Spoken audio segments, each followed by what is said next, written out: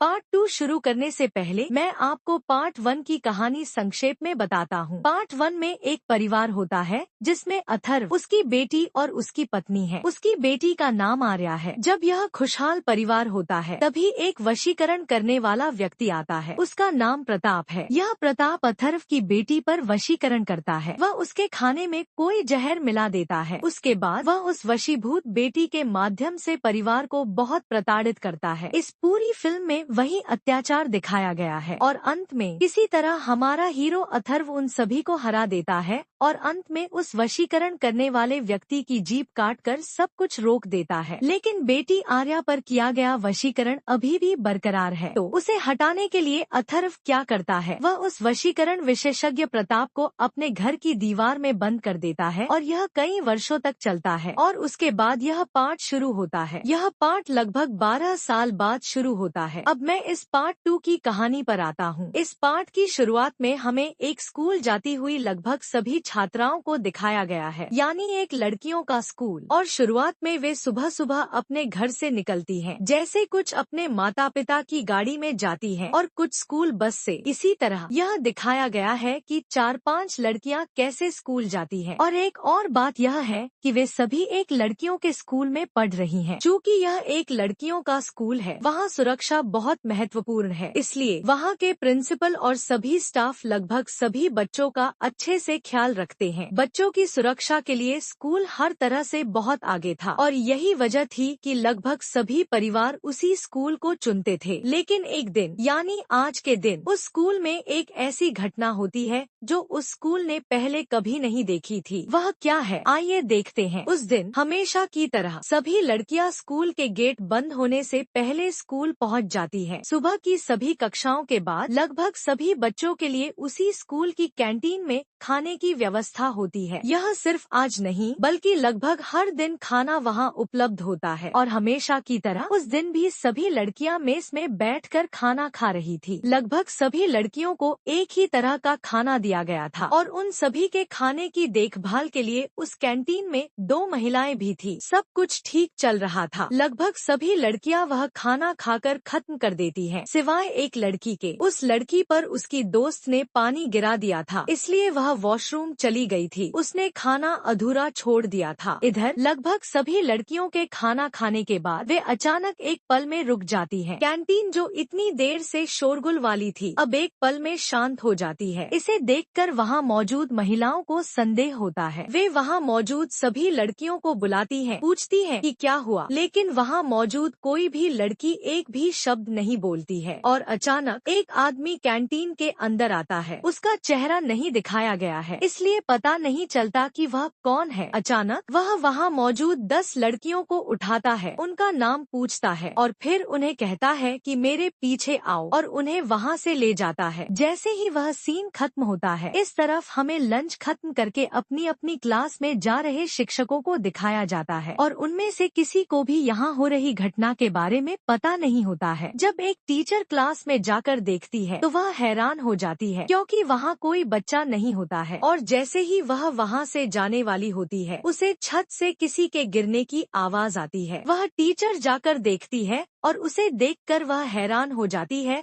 और तुरंत बाहर जाती है। वह देखती है कि वहाँ एक लड़की मृत पड़ी है। हाँ, एक लड़की ने स्कूल की छत से कूदकर आत्महत्या कर ली थी। इसे देखकर वहाँ मौजूद सिक्योरिटी गार्ड भी हैरान हो जाता है और तुरंत दौड़कर प्रिंसिपल को बताता है कि ऐसा हुआ है। प्रिंसिपल भी घबराहट में बाहर आती है और देखती है कि वहाँ केवल एक लड़की मरी हुई है। लेकिन जब वह ऊपर देखती है तो स्कूल की छत पर उसी स्कूल की 10 लड़कियाँ खड़ी होती हैं, जो कूदने के लिए तैयार होती हैं। इसे देखकर प्रिंसिपल और सभी स्टाफ हैरान हो जाते हैं। प्रिंसिपल बहुत परेशान थी, उसे समझ नहीं आ रहा था कि क्या करे, क्योंकि एक प्रतिष्ठित स्कूल में एक मौत हो चुकी है और ऊपर से 10 लड़कियां मरने के लिए खड़ी हैं, तो बेशक कोई भी हैरान होगा। और ऊपर की लड़कियां लगातार विनती कर रही थी, मैम हमें बचाओ बचाओ। तो प्रिंसिपल और स्टाफ तुरंत छत पर जाते हैं और जब वे उनके पास जाने लगते हैं तो सभी लड़कियां चिल्लाती हैं, मैम पास पास मत आओ, पास मत आओ, लेकिन हमें बचाओ। लेकिन उन्हें यह समझ नहीं आता है कि वे पास भी न आए और बचाए भी। यह कैसे संभव है? जब वे पूछते हैं तो वे लड़कियां कहती हैं कि हमें ऑर्डर मिला है, हमें उनकी बात माननी होगी, इसलिए हम ऐसा कर रहे हैं। इस प्रिंसिपल को कुछ समझ नहीं आता है। वह चिल्लाती है, यह कौन है? क्या हो रहा है? मैं आप सभी से हाथ जोड़कर विनती करती हूँ, कृपया वहाँ से नीचे आ जाओ। लेकिन वे लड़कियाँ उनकी बात नहीं सुनती हैं। वे सभी रो रही थी, विनती कर रही थी, लेकिन कोई भी नीचे आने को तैयार नहीं था। वे सभी रोते हुए कहती हैं कि यह हमें मिला हुआ आदेश है और हमें इसे करना ही होगा। उन लड़कियों की बात को नजरअंदाज करके वहाँ मौजूद एक लड़का एक लड़की के पैर को छूता है। उसका इरादा उसे बचाने का था, लेकिन उस लड़की को क्या होता है पता नहीं। वह अचानक वहाँ से कूदकर मर जाती है। यहाँ तक कि उसके बगल में खड़ी एक और लड़की भी मर जाती है। इसे देखकर प्रिंसिपल उस सिक्योरिटी गार्ड को थप्पड़ मारती है। क्या तुम्हें यही चाहिए था? तुम उसके पास क्यों गए? वह और भी ज्यादा परेशान होने लगती है और देखते ही देखते उन सभी की आंखों के सामने सभी लड़कियां ऊपर से नीचे कूदकर मर जाती हैं। और जैसे ही वह सीन खत्म होता है, अगले सीन में हमें अथर्व और उसकी बेटी आर्या को दिखाया जाता है। वे वही हैं जिन्हें हमने पार्ट 1 में देखा था। आर्या अभी भी वशीकरण के प्रभाव में है और अथर्व उसका ध्यान रख रहा है। अथर्व को टीवी समाचार के माध्यम से स्कूल में हो रही सभी घटनाओं के बारे में पता चलता है और उन सभी घटनाओं को देखकर उसे वशीकरण की याद आती है। उसे लगता है कि जिसे उसने बंद कर रखा है उसी की तरह कोई और व्यक्ति होगा जो यह सब कर रहा होगा। वह तुरंत उस कमरे में जाता है जहां उसने प्रताप को बंद कर रखा था। उसी कमरे में जाकर उससे बात करने की कोशिश करता है कि क्या कोई और वशीकरण करने वाले हैं, लेकिन वह व्यक्ति कुछ भी नहीं बोलता बल्कि एक भाव देता है। उस भाव से उसे पता चलता है कि कोई और वशीकरण करने वाला प्रताप को ढूंढते हुए आया है और वह इन स्कूली छात्राओं के माध्यम से प्रताप को पाने की कोशिश कर रहा है। जैसे ही वह सीन खत्म होता है, वहाँ से सीन फिर से स्कूल में आ जाता है। जैसे ही यह खबर हर जगह फैलती है, उन सभी बच्चों के माता पिता घबराकर स्कूल के सामने इकट्ठा हो जाते हैं। इसके अलावा उस समय पुलिस भी जांच के लिए आई होती है। पुलिस आते ही सबसे पहले उस लड़की से पूछताछ करती है जो सुरक्षित थी, क्योंकि उसने वॉशरूम जाने की वजह से खाना नहीं खाया था। तो इस सब से हमें पता चलता है कि वशीकरण उन सभी के खाए हुए भोजन से हुआ था। वह लड़की अकेली थी जो उस खाने से बच गई थी, इसलिए वह वशीकरण से बच गई थी। पुलिस उससे पूछताछ करती है, लेकिन उन्हें उससे कोई जानकारी नहीं मिलती है। उसके बाद पुलिस सीधे कैंटीन में जाती है, जहां लगभग सभी लड़कियां अभी भी वैसे ही बैठी थी जैसे वे पहले बैठी थी। पुलिस को वास्तव में समझ नहीं आता कि ये लड़कियां इस तरह क्यों व्यवहार कर रही हैं। तभी वहां मौजूद एक लड़की उठकर उस पुलिस वाले को एक मैसेज देती है। वह कहती है, अंकल हमें एक मैसेज मिला है और हमें उसे आप तक पहुंचाना है। जब वह पूछता है कि क्या मैसेज है, तो वह कहती है, एक व्यक्ति है जिसका नाम प्रताप है और वह उस अंकल को चाहिए, आपको उसे देना होगा। लेकिन पुलिस और वहाँ मौजूद सभी स्टाफ को यह नहीं पता होता है कि यह प्रताप कौन है। जब वे पूछते हैं कि यह प्रताप कौन है और उसे कहां से लाए, तो वह लड़की फिर से कहती है कि हमें नहीं पता, हमें ऐसा कहने का आदेश मिला है, इसलिए हम ऐसा कह रहे हैं। यदि उस व्यक्ति को लाकर नहीं दिया गया तो अंकल ने कहा है कि पूरा गांव कब्रिस्तान बन जाएगा, हमें यह करना ही होगा। वह वहाँ मौजूद सभी लड़कियों को कहती है, अंकल का मैसेज पहुँचा दिया गया है, अब हमें अपना काम करना होगा। जैसे ही वह अपनी बात खत्म करती है, अचानक लगभग 10 लड़कियां वहां से उठकर विचित्र व्यवहार करते हुए स्कूल से बाहर आती हैं और हर किसी पर हमला करना शुरू कर देती हैं। कुछ लड़कियां बाइक से जा रहे लोगों को परेशान करती हैं, जबकि कुछ बस ड्राइवर पर हमला करती हैं और वहां मौजूद लगभग सभी लोगों को काटकर और अपने मुंह से खाकर मार डालती हैं। सच कहूँ तो पूरा शहर उन लड़कियों की वजह से कब्रिस्तान बन गया था। यह सब देखकर पुलिस सभी परिवार वालों को यानी शहर में मौजूद सभी लोगों को चेतावनी देती है कि कोई भी 1 या 2 दिन के लिए घर से बाहर न निकले। इधर कैंटीन के अंदर बची हुई कुछ लड़कियों को पुलिस और प्रिंसिपल को शांत करना था, लेकिन यह उनके लिए बहुत मुश्किल था। इसलिए उन्होंने बाहर मौजूद उनके सभी माता पिता को कैंटीन के अंदर आने दिया। लेकिन उन लड़कियों ने अपने माता पिता की बात भी नहीं सुनी, क्योंकि वे सभी वशीकरण में थी। वे केवल उसी व्यक्ति की बात सुन सकती हैं जिसने उन पर वशीकरण किया है। यह सब देखकर वहां मौजूद पुलिस और प्रिंसिपल स्टाफ को वास्तव में सदमा लगता है। उन्हें समझ नहीं आता कि इस सब को कैसे नियंत्रित करें। उसी समय अचानक अथर्व की एंट्री होती है। वह खुद उस स्कूल में आया होता है और वह पुलिस को बताता है इस सब के पीछे जो व्यक्ति है वह प्रताप है। मैं जानता हूँ कि वह व्यक्ति कहाँ है। मैंने उसे कई सालों से बंद कर रखा है, लेकिन पुलिस को समझ नहीं आता कि यह प्रताप कौन है और क्या हो रहा है। जब वे उसे संक्षेप में बताने के लिए कहते हैं तो वह बताता है कि कई साल पहले उसी व्यक्ति प्रताप ने मेरी बेटी पर वशीकरण किया था और उसे प्रताड़ित किया था, और अंत में मैंने किसी तरह उसे बचाकर उस व्यक्ति को अपने घर के कमरे में कैद कर दिया था। अब उस प्रताप को छुड़ाने के लिए एक और वशीकरण जानने वाला व्यक्ति आया है। और एक और बात यह है कि जिस तरह उसने मेरी बेटी पर खाने में जहर मिलाकर वशीकरण किया था, उसी तरह उसने इन सभी लड़कियों पर भी उनके खाए हुए खाने में जहर मिलाकर वशीकरण किया है। और वह व्यक्ति कहीं यही है, क्योंकि वशीकरण करने वाले को वशीकरण से प्रभावित व्यक्ति को नियंत्रित करने के लिए उसके आसपास रहना पड़ता है। तो निश्चित रूप से वह व्यक्ति यही है। जैसे ही वह यह कहता है उसकी एंट्री वही होती है। हाँ, वही व्यक्ति कैंटीन के कोने में बहुत गुप्त रूप से बैठा था, और जैसे ही अथर्व उसके बारे में बात करता है वह व्यक्ति सामने आता है। यही वह व्यक्ति है जिसने वशीकरण किया था। उसका नाम राजनाथ है। राजनाथ को वहाँ कोई डर नहीं होता है। वह उनके पास शाही अंदाज में आता है और बहुत अजीब तरीके से बात करना शुरू कर देता है। अब यहाँ की लगभग सभी लड़कियाँ मेरे वश में हैं। वे मेरे लिए कुछ भी करने के लिए तैयार हैं। यह कहते हुए वह एक लड़की को सामने बुलाता है और एक डेमो दिखाता है। वह उस लड़की को कहता है अभी चाकू से अपना हाथ काट लो, और देखते ही देखते वह लड़की चाकू से 2-3 बार अपना हाथ काट लेती है। प्रिंसिपल और माता पिता उसे रोकने की कोशिश करते हैं, लेकिन वह बिना डरे लगातार अपना हाथ काटती रहती है। यह देखकर सभी हैरान हो जाते हैं और सभी उस लड़की को कुछ भी नहीं कहते और चुप रहते हैं। जब यह सब हंगामा हो रहा होता है तो पुलिस वाला किसी तरह एक चाल का उपयोग करके अपनी बंदूक से उस व्यक्ति यानी राजनाथ को गोली मारने के लिए आगे बढ़ता है। लेकिन वहाँ मौजूद एक लड़की जो उसकी सभी हरकतों को देख रही थी उस पर हमला करती है और चाकू से बहुत गंभीर रूप से हमला कर देती है। यह सब देखकर वहाँ मौजूद सभी लोग हैरान हो जाते हैं और वे सभी चुप रहते हैं। तब राजनाथ कहता है कि यहाँ मौजूद सभी माता पिता को अभी बाहर जाना होगा, मुझे इस अथर्व के साथ बात करनी है। लेकिन वहाँ मौजूद कोई भी माता पिता जाने को तैयार नहीं होता है। तब राजनाथ वहाँ मौजूद सभी लड़कियों से एक बात पूछता है, तुम में से किसे बंदूक चलाना आता है? तभी एक लड़की खड़ी होकर कहती है कि उसे आता है और आगे जाती है। राजनाथ उस लड़की को ऑर्डर देता है, इनमें से जो कोई भी बाहर नहीं जा रहा है उन्हें इस बंदूक से गोली मारकर मार दो। शुरुआत में वह लड़की सभी से विनती करती है कि अभी चले जाओ, यहाँ तक कि अथर्व भी विनती करता है, लेकिन वहाँ मौजूद कोई भी माता पिता अपने बच्चों को छोड़कर जाने को तैयार नहीं होता है। तब कोई और रास्ता न देखकर वह लड़की जो वशीकरण में थी सभी को गोली मारकर मार देती है। लगभग कई माता पिता उसके हाथों मारे जाते हैं और सबसे चौंकाने वाली बात यह है कि उसके अपने माता पिता भी उसी के हाथों मारे जाते हैं। यह सब देखकर सभी डर जाते हैं और तुरंत बाहर चले जाते हैं। उसके बाद अथर्व और राजनाथ की बातचीत शुरू होती है। राजनाथ पूछता है कि मेरा भाई कहाँ है? वास्तव में प्रताप राजनाथ के भाई की तरह था, यानी भले ही वह उसका गुरु था, वे दोनों बहुत करीब थे। इसी व्यक्ति राजनाथ ने उसी से वशीकरण की सभी विद्याएं सीखी थी, लेकिन वह प्रताप से भी ज्यादा विकृत था। वह अथर्व से पूछता है, मेरा भाई अब कहाँ है? इस पर अथर्व बिना किसी परवाह के दृढ़ता से कहता है, मैंने उसे अपने घर के कमरे में बंद कर रखा है। यह सुनकर राजनाथ वास्तव में हैरान हो जाता है। वह सोचता है कि इतनी विद्या शक्ति वाले व्यक्ति को यह कैसे बंद कर सकता है। तब राजनाथ कहता है, अभी उस व्यक्ति यानी मेरे गुरु को मुझे सौंप दो, वरना यहाँ की सभी लड़कियाँ मर जाएंगी। सिर्फ ये ही नहीं बल्कि पूरा शहर नष्ट हो जाएगा। वह उसे डराता है, लेकिन अथर्व एक चट्टान की तरह खड़ा रहता है, क्योंकि उसने यह सब पहले ही देख लिया था। उसने अपनी बेटी के साथ हुई सभी घटनाओं को अपनी आँखों से देखा था, इसलिए इसका उस पर ज्यादा असर नहीं नहीं होता है। वह कहता है, मेरा यहाँ की किसी भी लड़की से कोई संबंध नहीं है, वे मरे या जिए, लेकिन मैं उस व्यक्ति को तुम्हारे हाथों में नहीं दूंगा। तब राजनाथ पूछता है कि क्या उसके पास कोई और प्रस्ताव है। वह तुरंत एक प्रस्ताव रखता है। वह कहता है कि प्रताप के वशीकरण के कारण उसकी बेटी आर्या अभी भी वशीकरण में है। यदि तुम उसे उस वशीकरण से बाहर निकालोगे तो मैं तुम्हें प्रताप को दे दूंगा। शुरुआत में राजनाथ मना कर देता है, बाद में कोई और रास्ता न देखकर वह सहमत हो जाता है। तो अब मुझे अपने कमरे में ले चलो, वह पूछता है। इसलिए राजनाथ प्रिंसिपल से एक स्कूल वैन की व्यवस्था करने के लिए कहता है और तुरंत वशीकरण में फंसी उन सभी लड़कियों को उस वैन में बिठाता है और अथर्व को भी उस वैन में बिठाकर वे सभी अथर्व के घर की ओर बढ़ते हैं। इस तरह रास्ते में जब वे वैन में जा रहे थे तो बीच रास्ते में एक स्कूली छात्रा राजनाथ को दिखाई देती है। उसे देखकर उसे पता चलता है कि यह उसी स्कूल की लड़की है जो उसके वशीकरण के अधीन है। वह बस के अंदर बैठकर उस लड़की को आदेश देता है, अभी अंदर आ जाओ। लेकिन चौंकाने वाली बात यह है कि वह लड़की उसकी बात नहीं सुनती है और तुरंत वहाँ से भाग जाती है। यह देखकर अथर्व और हम सभी भी हैरान हो जाते हैं। चूँकि वह वशीकरण के अधीन थी तो उसे उसकी बात माननी चाहिए थी, लेकिन वह क्यों भागी इसका कारण हमें आगे पता चलेगा। वैसे भी उस यात्रा के दौरान अथर्व पूछता है, 12 साल बाद आप उस व्यक्ति को ढूंढने क्यों आए? इतने साल तक आपने उसे ढूंढने की कोशिश क्यों नहीं की? इस पर राजनाथ कहता है, मैंने 1-2 साल तक उसे ढूंढने की कोशिश की, लेकिन फिर मैंने सोचा कि मेरे गुरु कभी कभी शक्ति प्राप्त करने के लिए बहुत सालों तक गायब हो जाते हैं, तो मैं भी शांत हो गया। लेकिन जब इतने साल बीत गए और उनका कोई पता नहीं चला तो मैंने उन्हें ढूंढना शुरू किया। मैं लगभग 2 साल तक उन्हें ढूंढता रहा। जब वे नहीं मिले तो मैंने इन लड़कियों पर वशीकरण करके इनके माध्यम से उन्हें पाने का एक तरीका निकाला। राजनाथ यह बताता है। खैर, कई घंटों की यात्रा के बाद आखिरकार वे सभी अथर्व के घर पहुंचते हैं। घर पहुंचने के बाद राजनाथ कुछ लड़कियों को घर के चारों ओर पहरा देने के लिए रखता है, जबकि कुछ अन्य लड़कियों को घर के अंदर ले जाता है। अथर्व उसे सबसे पहले आर्या के पास ले जाता है और कहता है, पहले मेरी बेटी को ठीक करो। लेकिन वह सहमत नहीं होता। पहले मुझे गुरु को दिखाओ, फिर मैं ठीक करूँगा, वह कहता है। ठीक है, अथर्व कहता है और तुरंत उसे कमरे के अंदर ले जाता है। वहाँ प्रताप की हालत देखकर उसे सच में गुस्सा आता है। वह तुरंत अथर्व को चेतावनी देता है, अभी उसे रिहा करो। लेकिन अथर्व नहीं मानता। पहले मेरी बेटी को ठीक करो, फिर मैं इस व्यक्ति को रिहा करूँगा, वह कहता है। राजनाथ भी अपनी बेटी को लाने के लिए कहता है। अथर्व सीधे जाकर व्हील चेयर से आर्या को ले आता है। उसके बाद राजनाथ आर्या से पूछता है, क्या तुमने कभी प्रताप से कोई कर्ज लिया था? यह सुनकर अथर्व भ्रमित हो जाता है। हम उससे कर्ज क्यों लेंगे? वह पूछता है। तब राजनाथ कहता है, कोई भी वशीकरण इतने सालों तक नहीं रहता है। इसका एक ही कारण है और वह है यदि वशीकरण करने वाले व्यक्ति से कोई कर्ज लिया हो। याद करो, क्या तुमने कोई कर्ज लिया था? तभी अथर्व को याद आता है कि पार्ट 1 में जब वे रेस्टोरेंट में थे तो उन्होंने प्रताप से 10 रुपए लिए थे। वह तुरंत राजनाथ को बताता है कि उसने 10 रुपए लिए थे। तब राजनाथ कहता है, अभी वह 10 रुपए हमारे गुरु को वापस कर दो, सब कुछ ठीक हो जाएगा। लेकिन अथर्व के पास 500 रुपए होते हैं, 5 रुपए नहीं चलेगा, 10 रुपए ही चाहिए। वह शर्त रखता है। जब वह हर जगह ढूंढता है तो वह 10 रुपए लाता है और उसे प्रताप को देता है। तब चौंकाने वाली बात यह है कि आर्या वशीकरण से बाहर आ जाती है। इससे अथर्व भी खुश हो जाता है और उस कमरे की चाबी राजनाथ को दे देता है जहां उसने उसे बंद कर रखा था। तो राजनाथ भी खुशी खुशी अपने गुरु को रिहा करने के लिए उसके पास आता है। लेकिन जब वह देखता है कि उसका गुरु बोल नहीं रहा है तो वह हैरान हो जाता है। जब वह पूछता है कि क्या हुआ तो उसका गुरु अपनी जीभ दिखाता है। उसे पता चलता है कि अथर्व ने उसकी जीभ काट दी है। यह सुनकर उसे और भी गुस्सा आता है और वह अथर्व पर हमला करने लगता है, क्योंकि राजनाथ अपने गुरु को कुछ और विद्याएं सीखने के लिए ढूंढने आया था, लेकिन अब उसकी जीभ कटी हुई है तो यह सीखना असंभव है। उसी गुस्से में वह अथर्व पर हमला करता है और आर्या को भी मारने की कोशिश करता है। तभी अथर्व, जो उसने पहले ही घर में सेट किया हुआ था, साउंड बॉक्स को ऑन कर देता है। उस आवाज से वशीकरण में फंसी सभी लड़कियां बाहर आ जाती हैं। उसी समय का फायदा उठाकर अथर्व राजनाथ को भी बंद कर देता है, उसी तरह जैसे उसने पार्ट 1 में प्रताप को बंद किया था, और वहीं पर वह मूवी भी खत्म हो जाती है। तो यह आज की कहानी थी। अगली कहानी के साथ फिर मिलूंगा, तब तक देखने के लिए धन्यवाद।